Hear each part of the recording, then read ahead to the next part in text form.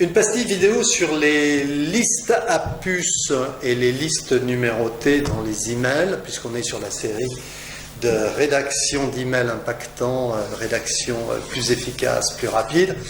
Les listes à puces et les listes numérotées, très important. Alors déjà, ce qu'il faut savoir, c'est que les listes à puces et les listes numérotées sont excellentes, sont très intéressantes, ont vraiment une grande efficacité dès lors que, effectivement, on veut énumérer une liste d'éléments. Donc ça, c'est très bien. Simplement, je vais attirer votre attention sur 3 points.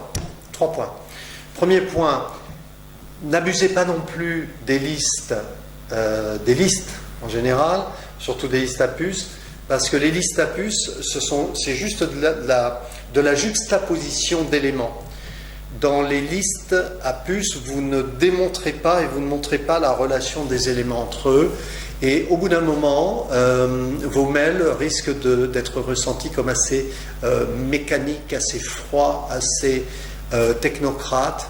Donc, alors que si vous rédigez des paragraphes, avec des phrases qui se suivent, qui s'enchaînent, qui ont des relations. Là, pour le coup, vous reprenez un visage humain, si je puis dire. Donc, méfiez-vous de ça, de l'aspect très mécaniste des listes et l'aspect beaucoup plus humain, beaucoup plus en réflexion, en démonstration des paragraphes avec les phrases qui s'enchaînent et qui se suivent et qui se soutiennent. Donc, ça, c'est la première chose. Deuxièmement, faites bien la différence entre les listes à puces et les listes numérotées. Utilisez les listes numérotées quand vous annoncez un certain nombre d'éléments. Il y a 5 étapes, vous devez mettre une liste de 5 étapes numérotées 5.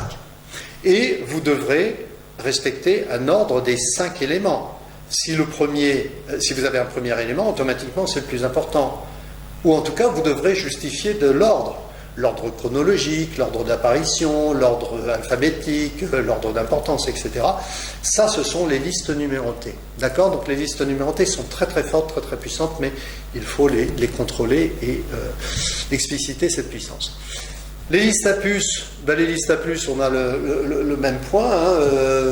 Dans quel ordre? Pourquoi? En général, on a des listes à puces qui sont plutôt dans l'aléatoire, c'est-à-dire le hasard. C'est pas l'idéal. Essayez toujours de mettre de l'ordre dans vos listes à puces pour augmenter l'impact et profiter à plein de leur effet. Dernier point sur les listes à puces, attention, ne mettez pas de puces trop grosses. L'importance n'est pas la puce. L'important c'est d'avoir juste ce petit signe là qui nous dit voilà un élément, un autre élément et un autre élément. D'accord? Donc les listes à puces et les listes numérotées très intéressantes, beaucoup d'impact, mais à manier intelligemment et en apportant du sens.